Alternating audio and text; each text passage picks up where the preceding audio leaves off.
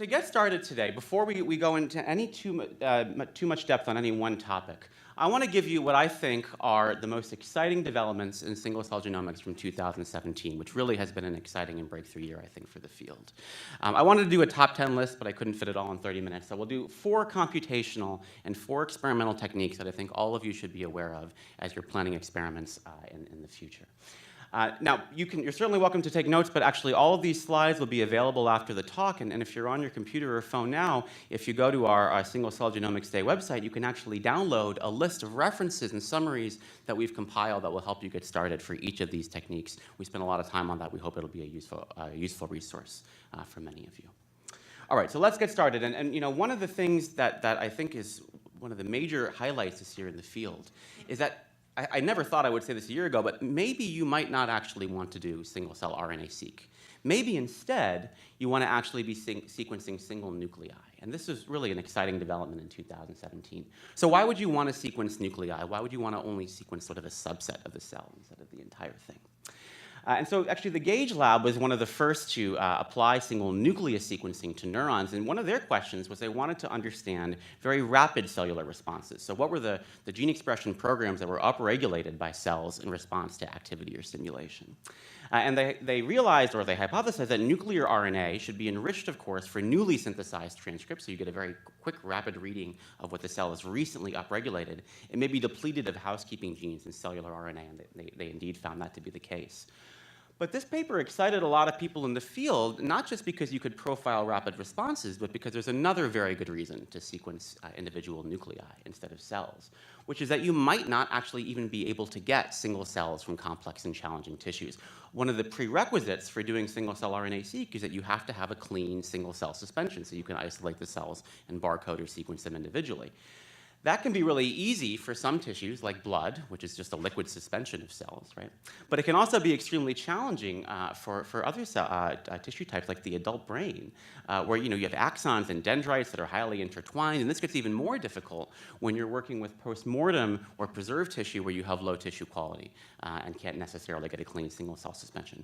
However, it's possible to generate a clean nuclear suspension in even these extremely challenging cases. And one of the exciting molecular findings for the last couple of years is if you have nuclei instead of cells, you can still run the same protocols that you run for single-cell RNA-seq, only with relatively minor modifications and relatively small drops in data quality. And that's been really exciting to people. For example, Kun Zhang's lab at UCSD at the end of 2016 used this technology in a low scale, going about 50 to 100 neurons at a time, to profile more than 3,000 nuclei and start to compile an initial map of all of the cell states that are present in the human brain, which is, of course, very exciting and something that simply could not have been done with single-cell RNA-seq.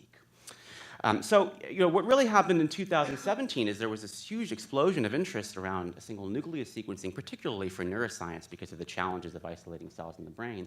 And a large number of groups actually started to try to optimize protocols, not just to sequence 50 or 100 nuclei at a time, but to scale these to tens or even hundreds of thousands of experiments. And so Aviv Regev's lab and again Kun Zhang's lab developed droplet-based assays that could be used to profile single human nuclei. And they've been able to generate from human post-mortem tissue extraordinary data sets, which are now both published, that provide really an extraordinary level of molecular level resolution into the human brain, and that's very, very exciting.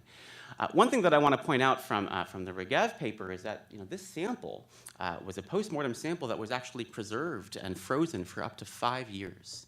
And even still, on this incredibly challenging tissue, they were able to extract nuclei and generate really, really nice data. I think that's quite an exciting moment for the field. So if you, in your experiments, are thinking of working with clinical samples or challenging tissues, particularly from human, maybe the brain, maybe the kidney, you should really be paying attention to developments in single nucleus sequencing. And I'm really excited that we're going to see talks from Evan McCosco and Cassandra from 10x Genomics that will at least touch a little bit on the possibility of using nuclei instead of cells for single-cell profiling. But this remains a very active and exciting field. Okay, so let's move next to a computational research highlight, and I think that the last year we've seen the development of a number of methods computationally that can help correct for batch effects. So many of you who work with genomics data are certainly worried about batch effects, particularly in the context of single-cell data. They can be really confounding in your analysis. So, what causes batch effects? Why do we have them in single-cell data? Well, usually, the major source is some degree of technical variability. So maybe there's a difference in two experiments in the sample quality or the exact processing, or maybe you use a different lot of enzyme or a slightly different library prep technology or a slightly different sequencing machine. But the truth of the matter is that even if you try to do everything exactly the same with the same sample on 2 different days, the just basic experimental reality of the fact that these experiments are difficult can very well mean that if you profile the same sample on 2 days, trying to keep everything the same, you might still see a shift in your downstream data. And we need new methods in single-cell analysis to correct for these batch effects. It doesn't look that bad in this simulated case that I've shown you here, but Andrew is going to show you a case later today where we have 4 data sets of the human pancreas. They have the same cell types, but they cluster almost entirely by what donor or what data set that the cells belong to. And this becomes very, very, very difficult, right, to integrate these data sets together. What we need are methods that can sort of match up these cell types, right? They're the same cell types across different samples and effectively collapse these different things together. And there have been a couple methods developed over the last year that we think are very exciting for this purpose. I also want to mention that, sometimes batch effects might actually be interesting. So, maybe you see technical differences between samples, not just because they're on a different sequencing run, but maybe they're different patients, and you actually want to learn the patient-specific differences. Or maybe you've subjected cells to some sort of environmental or genetic preparation, or maybe you're even interested in comparing the same cell types across different species. In this case, you don't necessarily want to subtract out the batch effect, right? You want to learn that, but you still need to be able to match up the same cell types in order to be able to learn these cell-specific responses. So if you're interested in this area and you're planning on analyzing multiple single-cell RNA-seq data sets, we'll have a talk this afternoon by Andrew Balder. All right, so let's switch to an experimental highlight. I think one of the really exciting technology development areas in the field is focused around this term of multimodal analysis. And when we say multimodal analysis, what we mean are technologies that are able to simultaneously measure multiple molecular phenotypes in the same cell at the same time. So for example, the G&T-seq method that was published by the Sanger Institute is able to capture and sequence the genome and transcriptome of the same cells at the same time. So why is that useful? Why can't we just be happy with RNA from single-cell RNA-seq? So of course, RNA is fun and exciting, but it doesn't fully represent a view of cell state. There could be genetic differences between cells or epigenetic differences that play an important role. And of course, any differences in post-transcriptional regulation won't be captured in RNA-seq. But even more than that, I think one of the things that's really exciting about multimodal data is it enables us to start to look at the relationships between different modalities, right? So for example, how does variation in chromatin state between cells actually affect downstream gene expression? And we can't really start to answer that question until we measure both chromatin state and gene expression in single cells, and that's really the goal of multimodal analysis. And so there's been a lot of excitement over that in the past year in particular, to be able to analyze protein and RNA simultaneously in single cells. And multiple groups have been approaching this by instead of, by using antibodies, just like we use for FACS or flow cytometry. But instead of tethering those antibodies to fluorophores, tethering those antibodies to oligos, which can be sequenced. So effectively, people are converting a protein signal into an oligo-based sequenceable readout.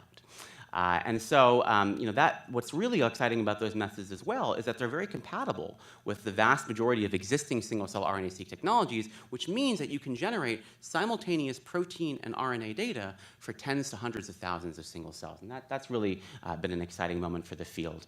So if you're interested in some of these technologies, Marlon Stoikis, who's a scientist at the Technology Innovation Lab at the New York Genome Center, who we work very closely with, is going to have the talk after mine, actually, to talk about these technologies to measure multiplexed RNA and protein in single cells. All right, the next highlight is actually something focused on experimental design, but I think it's something that everybody here should be aware of, and it's actually a relatively new idea in the field, but we think it's going to become quite widespread. And the idea is to do multiplexed experimental design. So what I mean by that is, suppose that you had samples from 8 different people, okay? So you could do 8 separate experiments and combine the data afterwards. That would be the normal way of doing things. That's fine. But it would be kind of neat, right, if you could just take all 8 samples, pool them together, and do one experiment. And then every time you saw a cell, you could somehow figure out which of the 8 samples it belonged to. Right? That'd be really cool, because then you wouldn't have any of these batch effects. You'd basically be running everything together. right? Of course, you need a way to be able to do that. And in fact, Gary Nolan's lab had developed this sort of nice idea for flow cytometry, where labeled antibodies against highly expressed proteins effectively served as sample barcodes, which could enable you to pool cells and then demultiplex them back. So we want to be able to do the same thing for single-cell RNA-seq. So not only, if we could do this, not only would this help mitigate batch effects, because we'd be pooling samples together, but it could also eliminate another sort of worrisome artifact in single-cell RNA-seq data, which is the presence of these what are called doublets. And what happens is, although every time we do single-cell RNA-seq, of course, we hope we're getting data from just one cell, inevitably, across any technology, there's a possibility that we're actually seeing signals from two cells that somehow got pooled together. So we call these doublets. And they're really present across all technologies at a rate of 1 to 5% usually, and they're extremely difficult to detect computationally. But in the case of a multiplexed experimental design, many of the doublets will actually exhibit two sample barcodes. And so you can identify them and discard them from your data. So it's a really nice way of removing this technical artifact. Okay, so how can we do multiplexed experimental design with single-cell data, with single-cell sequencing data? So the first idea came from Jimmy Yee's lab at UCSF, and he had this really nice idea based on the fact that if you have those 8 different people, unless they're identical twins, there's going to be some genetic differences between them, right? And so if you look at the sequencing data from each cell and you look for those genetic differences, you should be able to tell which person each individual cell came from, right? So you should be able to pool cells together across different people, do a single experiment, demultiplex each cell back to its original donor, and remove doublets. And in fact, you can do this with a really clever computational approach Jimmy created called demuxlet. So this is going to enable you to take cells from different genotypes, pool them, and eventually demultiplex your data. And if you were doing an experiment where you have cells from different people, we absolutely suggest that you check out this paper and consider this form of experimental design.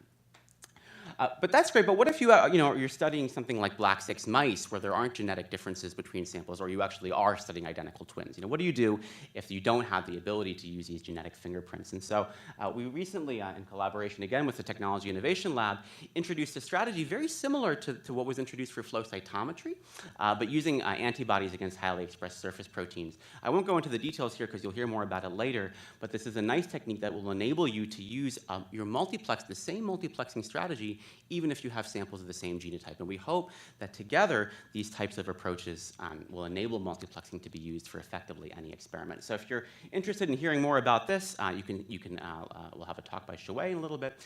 I want to mention one last thing about multiplexing. You can actually save quite a lot of money this way, because if you think about it, instead of running 8 experiments, you're only running a single experiment, right? And so each experiment costs some fixed price. You can significantly cut your costs. So we think this will be valuable for the field for that reason as well. All right, going back to, so we're halfway done. Going back to the next experimental highlight, there's been really enormous interest in combining 2 transformative technologies, single-cell genomics and CRISPR. So why would you want to do this outside of course, being able to combine 2 very fun buzzwords? We know that CRISPR, what CRISPR, of course, does is it introduces mutations in DNA, right? It edits the genome. So why is that useful also with single-cell RNA-seq? So often we use CRISPR, for example, to knock out a gene, right, and observe the effect. So if we perturb a gene, we can see the downstream effect on gene expression. We can start to infer causality in networks. Instead of saying gene A is correlated with gene B, we can say gene A regulates gene B. Now, of course, we can do that in bulk, sometimes maybe 1 gene at a time, but that's very exciting.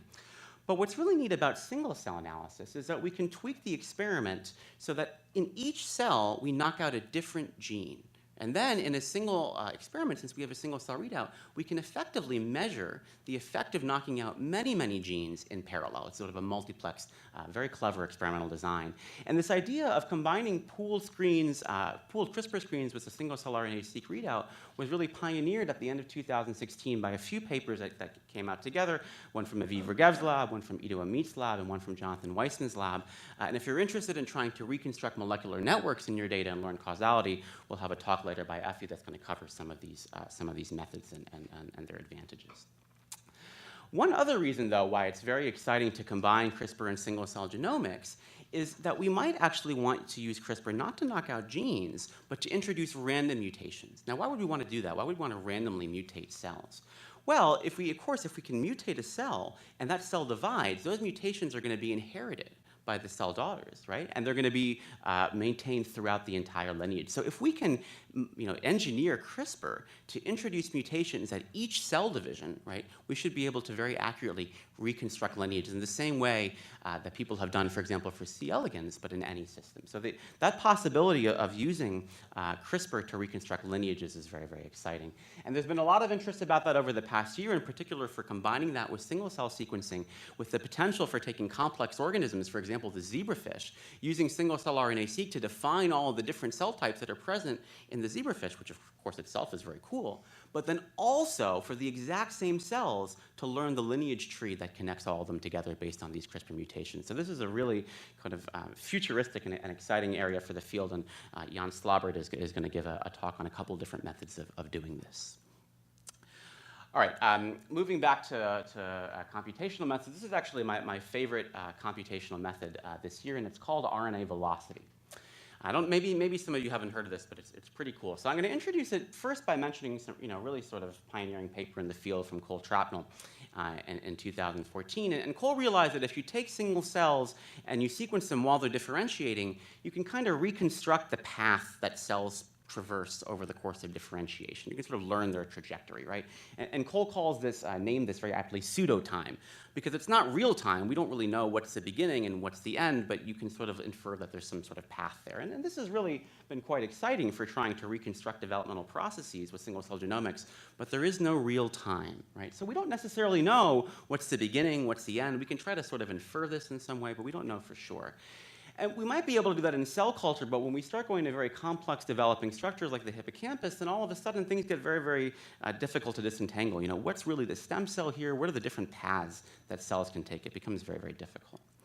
And so, in the last few months, Peter Karchenko and Sten Lenarsen introduced this really crazy idea called RNA velocity. And what they do is it's a purely computational method. But when you look at a cell, you don't just quantify the RNA expression. You predict what it's going to be in the future. In that cell, you can predict what its expression is going to be in the future. It's absolutely bonkers. So now when you have these types of plots, you don't just have, you can actually draw arrows. You can say, where do we think this cell is going to be in the future? And I think that's really exciting and potentially quite transformative for the field. You might ask, how does this work? How can you possibly predict what different cells are doing? There's a preprint on this. Peter claims that he uses math. I believe there's some level of sorcery involved. But I'm very fortunate that Peter's here and is going to give a keynote this afternoon, hopefully touching at least a little bit on RNA velocity. I think it's an exciting method for the field that you guys should be aware of. All right, almost done. The last couple of things to highlight are techniques that maybe aren't quite ready for all of you to use just now, but are things that are going to be very valuable for the future. So on the technology side, I want to mention this idea for split pool combinatorial barcoding. This is a very, very different way of doing single-cell RNA sequencing than what we usually use. So usually when we do single-cell RNA-seq, we take cells and we sort of isolate them into individual chambers and individual bins, right? So we can profile them or sequence them individually. And so that means if we want to do 100,000 cells, we have to have 100,000 little chambers. So that's where some of the difficulty comes in. But split pool combinatorial barcoding takes a very different approach. And so instead of isolating cells on their own, you'll take a complex sample and sort of isolate them into pools of about 100 cells or so. Okay? And then each pool will get a barcode, so in this case, purple or blue or red and yellow. So that all makes sense. But then how are you going to tell all the purple cells from each other and the yellow cells from each other? So the really cool idea is after you do that first round of barcoding, you then pool everything back together, because you have one tube again, and then you re-split them in the same way you did the first time and apply a second barcode. And the idea is now that every cell will have a unique combination of those two barcodes. And there are a couple really interesting advantages of this. The first is, since you don't need so many wells anymore, you can just use regular 96-well plates. You don't need any specialized equipment. You can do this with some enzymes, a 96-well plate, and a multi-channel pipette, which is pretty neat. But the other major advantage is there's a real potential for breathtaking scale with these methods, because as you introduce more and more combinatorial rounds of barcoding, the number of cells you can profile grows exponentially. So we really can start to think about generating enormous data sets. I'll also mention that these technologies tend to integrate very, very well with chromatin profiling, for example, ATAC-seq, but also doing RNA-seq on fixed samples or nuclei. And so over the last year, a couple of labs, the Shinduri lab and the Seelig lab, both at the University of Washington, have published very high throughput, scalable methods to use split pool combinatorial barcoding for single-cell RNA-seq, which really, as I said, enables you to generate some pretty exciting data sets, with just some pretty basic techniques. And in fact, the Shinduri lab used this to profile an entire C. elegans, which is kind of a neat experiment, just sort of a full worm single-cell RNA-seq data set. But the thing to take away here, I mean, these methods are still in development. They're still being optimized. I wouldn't recommend them for people just getting started out. But if you think that both these papers use 2 rounds of combinatorial barcoding, if they put a 3rd round of barcoding on there, then in a single experiment, they could generate more than 1 million cells. And so you can start thinking about generating million and even billion cell data sets with these types of technologies, which is pretty exciting. All right, the very last method is a computational approach to try to clean up a lot of the extensive noise that, as you probably know, is really omnipresent in single-cell data. We have all these dropouts, all this technical noise that you've probably heard about when we deal with single cells, since we start with such little RNA.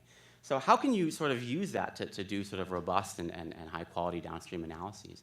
And so, the basic idea is that we can use machine learning algorithms to try to clean up the data in the same way that, you might think of something like the Netflix problem. How can you predict whether someone's going to like a movie they've never seen? Well, you look at other movies that are similar, and you sort of try to impute or predict whether they're going to like that movie. And in the same way, the idea is that we can use similar types of machine learning approaches to fill in the mistakes or the dropouts in single-cell data. So we proposed this a couple of years ago and suggested some very, very basic ideas, but there's really been an explosion in methods. There's more than 6 preprints on bioRxiv right now on different methods to be able to impute single-cell or smooth single-cell RNA-seq data. One of the most visible is a method called MAGIC from Donna Pear's lab, and you can really see that as you apply this computational method, you really clean up the signal in your data, and you can start to reconstruct gene-gene relationships that otherwise would have just looked like completely random noise before, which is very exciting for the field. There's so much excitement here that actually all of these methods are new. None of them is in a journal yet, but there's already a preprint on benchmarking all of the other existing preprints against each other for single-cell imputation. So this is something we're going to see a lot of, and I think one of the challenges also is to know when should you stop smoothing? At what point are you starting to actually lose signal or start to delete biological differences between cells that you care about? And I think we'll find out more about that. All right, so if we had more time today, and it really probably deserves a workshop on its own, the method in the background here that's threatening to sort of surpass all the other methods are these spatially resolved single-cell techniques that use high content, high fluorescence microscopy to be able to profile gene expression in individual cells. What's, of course, extremely valuable about these methods is you don't have to dissociate the sample into single cells. So you get spatially resolved data, right? You can see where different cells are in relationship to each other, and you can also see where different transcripts are in relationship to the cell. So the challenge, though, and of course you can do things like this for RNA fish, but that traditionally only can be done for maybe 2 or 3 genes. The challenge is to scale that to tens or even hundreds of genes and potentially to the entire transcription and to the entire transcriptome. And we're starting to see the first technologies that are showing some promise of that. Again, they're in development and they're being optimized. But there's a chance that in a year they will completely surpass absolutely everything that I've told you about today. And I think that's sort of the nature of this field. So with that in mind, again, I want to thank our sponsors and really my lab and all of the speakers here today. You can download information and check out our live stream here. And happy to take any questions. Thanks.